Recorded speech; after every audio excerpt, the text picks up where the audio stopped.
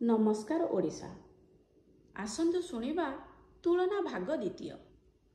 पुओ श्याम गोटे झील पसंद करिछि बोली स्त्री निर्मला ठारू जदुमणि बाबू जानिबाकु पाइले। निजर हाँ नाहीर भावना को बेसी गुरुत्व न देई पुओर खुशी निमंते संपूर्ण रीतिनीति हिसाब रे विवाह संपन्न करी श्यामली को घर को बोहू करी आनिथिले। एबे निर्मला घर काम एका करुछंदी बोली स्वामी जदुमणि उपरे विरक्त हेबे नाही। जदुमणि भी पनीपरिबा सौदापत्र बाहरर जाबत्य काम कार्य करिथांदी, हेले घरे पानी ग्लास टे निजे आनी पीवा पई आलस्य प्रकाश करिथांदी। किंतु जदुमणिकर भावना तांकर इच्छा मुताबक काम करि नथिला।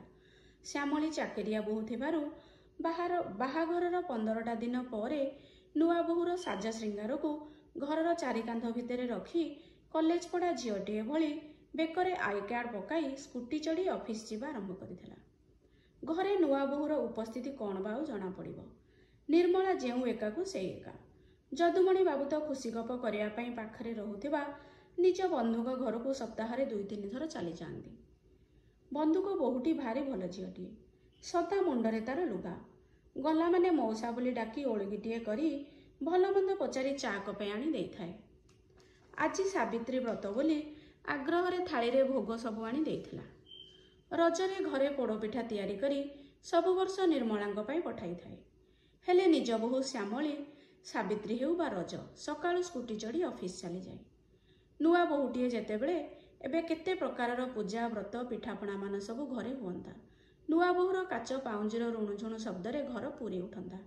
हेले जदुमणि बाबूंकर भाग्ୟରେ दाह नाही। बाहाघरर 8 मास परे भी जदुमणि श्यामली भितरे बोहूटीए देखि पारिलेनी। स्त्री निर्मला आज भी रोषेई करी खाइबा परसी थांदी, किंतु निर्मला आउ आग भली काई विरक्ति हेउनाहांती। से कथा जदुमणि स्त्री निर्मला को पचारिथिले। निर्मला उत्तर रे विशेष किछि न कही नाई एमिति कही रही जाइथिले। आउ तापरे किछि क्षण परे कहिले, मु जाने तुमे कोन जानिबाकु चाहुछ, हौ सुन। श्यामली उच्च शिक्षिता, बाहरे हॉस्टेल रही पाठ पढ़ी, घरर कामदाम विषय विशेष किछि जानि नाही, किंतु एते दिन भितरे से आमको केबे असम्मान करिवार मु अनुभव करि नाही। प्रतिदिन सकाळु निजर काम सारी मते साहाय्य करिवा उद्देश्य रे रोषेई घर को निश्चय आसी थाए। जीवा पूर्वरु निजर सक्षम अनुसार मो पई किछि काम भी करि देई जाए। एबे आम घरर चलणी हिसाब रे बहुत जिनिस शिखि भी गलानी। आउ चाकरी करिछि जेतेबेले सकाळु ऑफिस ताकू जीवाकू ही पड़िबो। तार ऑफिस डेरी न होई जाऊ सेतिपाई मु ही ताकू तरबर करी पठाई थाए। एथर रजरे ता माँ आउ मो पई एका प्रकारर 2 खंड लुगा आनिथिला बोली निर्मला कहिथिले। सुविधा देखि केउ दिन केमिति ऑफिस रु मते फोन भी करे। रोषेई घरे कौन दरकार बोली जानिबाकू चाहि थाए।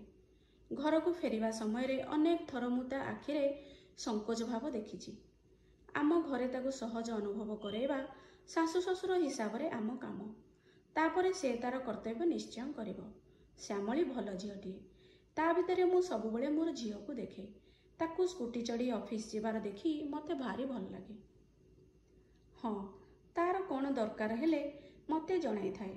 आउ बाहर को जीवा पूर्वरु निश्चिंत भावरे मते जणाई से बाहर को जाई थाए। ब्यूटी पार्लर जीवाटा आजिकाली साधारण कथा। बाहरे 5टारे से ठिया हेउछि। आउ एबे से मो बोहू, से भल सभ्य देखागले आमर गर्व। मते बाध्य करी ता स्कूटर रे बसाई केते थर बाजार को भी नहीं गलानी। मोर जानतरे एई रविवार दिन तार ऑफिस सांग साथी रे बाहर को खाइबा को जाउछि। आउ आसीबा समय रे आम समस्तंक पई राति खाइबा भी नहीं आसीबो कहिछि। बहु हिसाब रे तार अधिकार आउ मर्यादा को जदि क्षुण्ण न करा जाए तेबे से आम प्रति तार सम्मान आउ भल पाइबा निश्चय रखिबो। आउ ता उपरे तुमे विश्वास रख। आउ गोटे कथा, मु जणे अणचाकिरिया बोहू, आउ मो बोहू हेउछि चाकिरिया। मु जानिछि 2 जनक भितर फरक तो निश्चय रहिबो, किंतु घर परिवारर मंगल पई आमे समस्ते परस्परर इच्छा आउ अपेक्षा को महत्व देई आगको बढ़िबा उचित। सबु शुणिला परे जदुमणि स्त्री निर्मला बुद्धि आउ बुझाबणा को मनरे प्रशंसा करी निज बोहू पई मन भितरे तुलनात्मक भावना आनिथिबारु आत्मग्लानि अनुभव करिथिले। सेदिन संध्यारे बोहू घर को फेरिबा परे जदुमणि प्रथम थर पई श्यामली को आजिर दिन किपरि थिला बोली पचारिथिले। ଆଉ ସେଦିନ ଘରେ ସମସ୍ତେ ମିଶି ଚା ପିଇଥିଲେ। ଆଜିର ପ୍ରୟାସଟିକୁ ଏଇଠି ରଖୁଛି। ହଁ, ତୁଳନା ପ୍ରଥମ ଭାଗ ନିଶ୍ଚୟ ଶୁଣନ୍ତୁ, କାରଣ ଉଭୟ ଭାଗ ସଂଯୁକ୍ତ ଅଟନ୍ତି। ରହିଲି, ନମସ୍କାର। ପୁଣି ଦେଖା ହେବ ଆସନ୍ତା ପ୍ରୟାସରେ।